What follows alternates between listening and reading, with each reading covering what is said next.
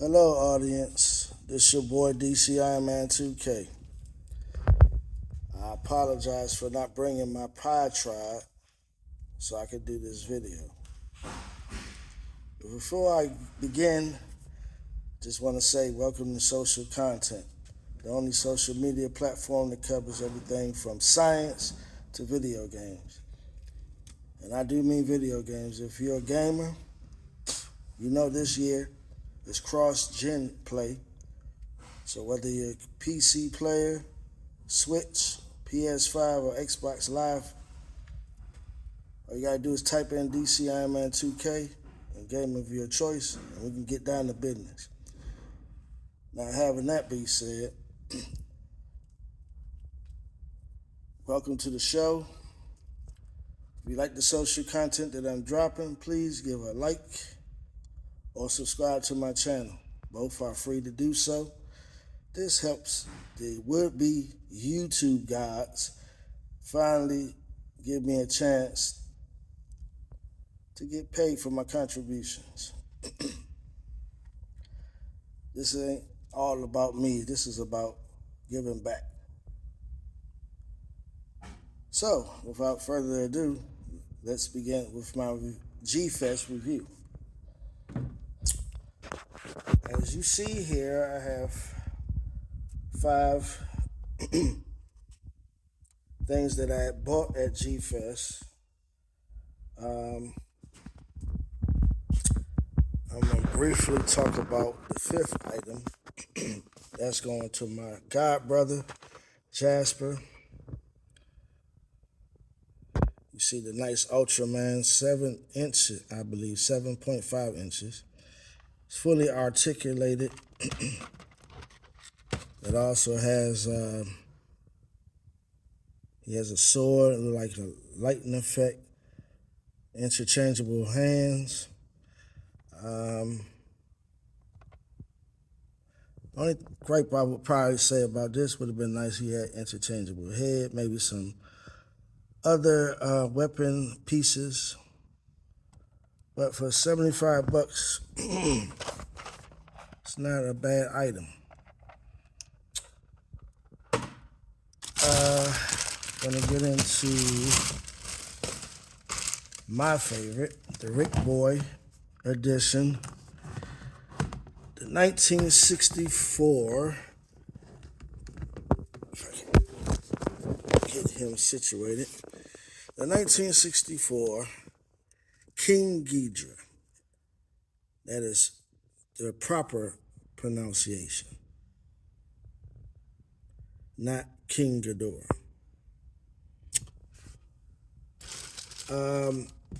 I found out that this color scheme was the original color scheme that they was going for back then. Somebody said something about it representing the USA. I highly doubt that, considering the fact that this was a Japanese movie. I believe he's about 12 inches, maybe 14 inches in height. Each head, you can move each head if you want.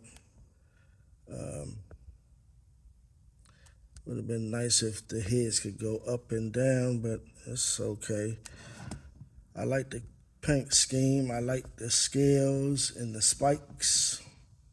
I like the coloration of the wings. I'm sure if my mother was still around, she would love it too. And I love how the tail goes down.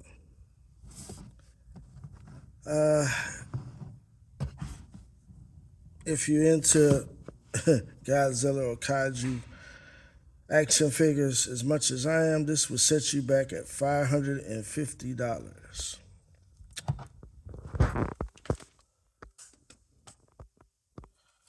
I'm gonna go into the next figure. Bear with me, please. We're gonna get into the 1965, I want to say 66 Gamera. I would have liked it if he was a little bit bigger, but it was the only one I saw. Um, they had a nice $200 one that walks and makes the monster sounds, but I thought it was too soft. The material they used for the skin was too soft. So I got this guy, and he costed me, I think, $70. Fully articulated. As you can see, the arms move, the head moves, the legs, of course, move, the tail move. I'm not big on I'm big on articulation, but when I do my reviews, I'd rather just tell you that it's fully articulated. Being as though this is an older Gamma suit, it's pretty like a charcoal black or green color with gray around the shell. Like I said, I wish it would have been a little bit bigger, but I guess until I can find something bigger, this is what I got. Going into the next figure. Bear with me, please. It is his nemesis, Gauss, 1965 version. I love he's right up there with Rodin with me as far as monsters go.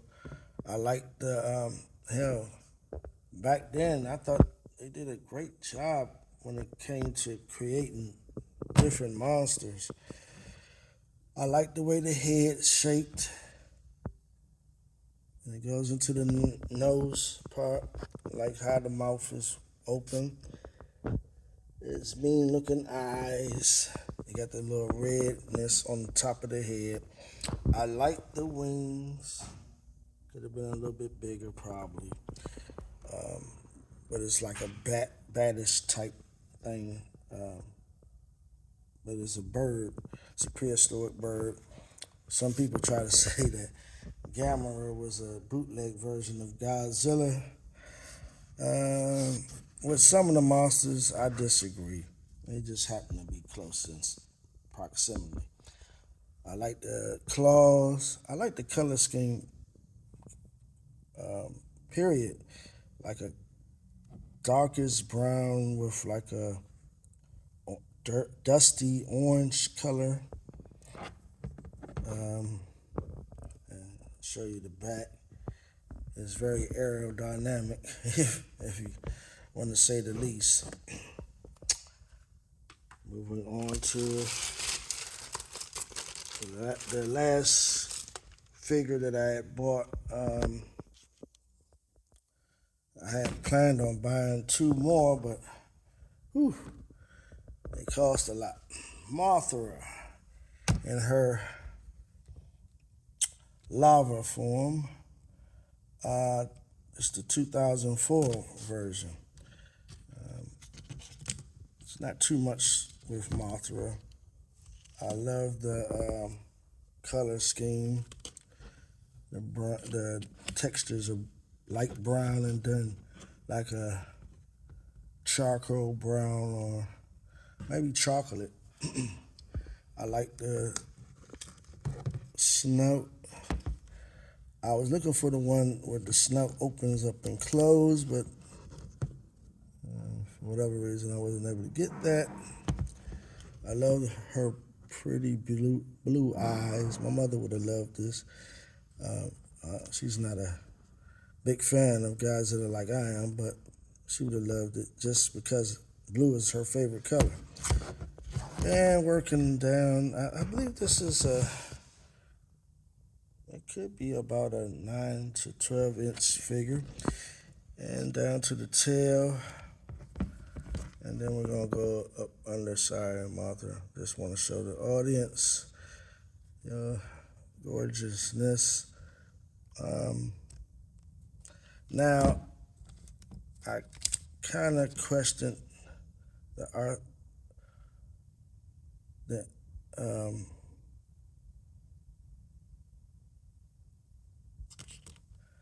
the what's the word I'm looking for?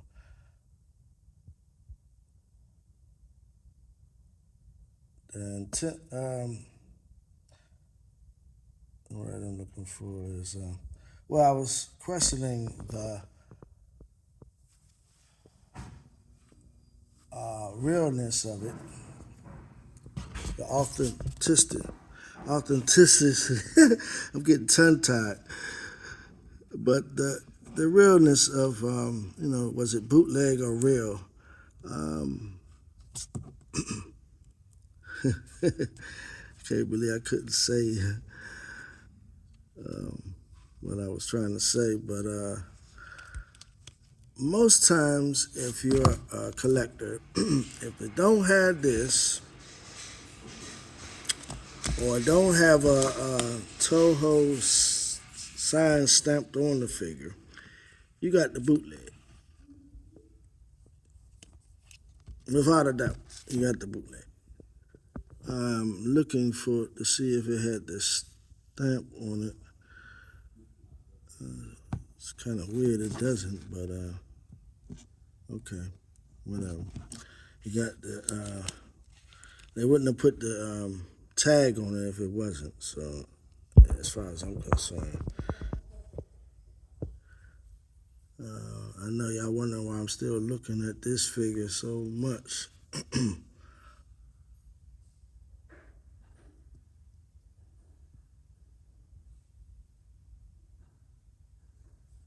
The authenticity of this figure. Just wanted to make sure. But most times it would have a stamp on it and also have a tag additionally to it. Just bear with me, I'm a little tired from my trip. Uh, yeah, see, on Gauss, you probably can't make out what that says, but most times it has a stamp like that. Or on King Ghidra, it has the Toho logo on it. Most times, if they have that, it's the real McCoy. Um, Now, being as though this was my first trip, and my first time at the dealer's room, I kind of questioned like some of the dealers because some of the dealers didn't have a variety of characters. And what I mean by that, I mean they had different Godzilla or kaiju monsters, but they didn't have it in different sizes. Like some stands would have mostly small, you had some that had in between, and then you had a few that had all of them. I wish all of the dealers would have had more to offer in terms of size because a lot of us, we might want more figures, but we want more in terms of height. Like I was looking mostly for like 12 and up as far as figures. Um, I'm not blaming the dealers. I mean, they had to work with they had. That's something that the toy company is gonna have to think about in the future. Um, but yeah, I wish they would have had done that a little bit more. Pricing, I wish they would have been a little bit generous in terms of priceless. For one, you're trying to make money off these figures. And two, you want your customers to keep coming back to spend money. Everybody that comes to a G Fest or Comic-Con or whatever cannot afford $400 to $500 a pop. But I understand the bigger the character, you're gonna get, you're gonna try to maximize and get as much as make as much as money as you can. But I just wish they would be a little bit flexible in that area, because, like I said, everybody can't afford it, and not only that, um, a guy like me, four characters, 4 to 5 action figures. That's just that's not even minimum for me. I go big or I go home. You know, when I do this, I go big or I go home. Um, Overall, I had a wonderful time at G Fest. I can't wait to go again. I just won't be staying downtown Chicago. Uh, that's another thing. The event was at the Hyatt Regency. Hoping, pray that I'll be able to book in the rooms earlier because some of my family members want to come too. Um, and I would have rather had it there anyway because I didn't really want to do too much traveling because that's not why I was there. I was there for the event. That's number one. Number two, um, I felt like the Hyatt Regency would have accommodated me a little bit better. Um, Not going to talk about the other hotel. I'm gonna just keep that like that. But uh, um, that's about it. I mean, I have really no true gripes about Chicago. I have no true gripes about being there at the highest. I mean, not being able to book the room at the Hyatt Regency. But I'm going big next year. I'm going big. I'm gonna book my room at the Hyatt Regency um, with all the accommodations. I'm pretty sure my family gonna go with me, most of them anyway. And I'm looking forward to spending at least for myself, probably at least $1,500 on action figures and T-shirts. I also bought some T-shirts. Um, Here I go. Here go one of my T-shirts. Crushed it. So at least 1,500. That's just how I do. I don't recommend anybody go that high. I'm pretty sure it's um, collectors that go higher than I do. They go probably hell. I seen one guy probably spent 3 grand on some stuff. You know, posters to I did have a chance to meet a couple of artists and seen some of their artwork, and people were buying their artwork. So you got that going on. You got your T-shirts going on. You got your action figures going on. G Fest is awesome. So it's easy to spend 2 to 3 grand for what you want. But I wouldn't recommend it. I would recommend shop around. I would also recommend. Hi, my friend.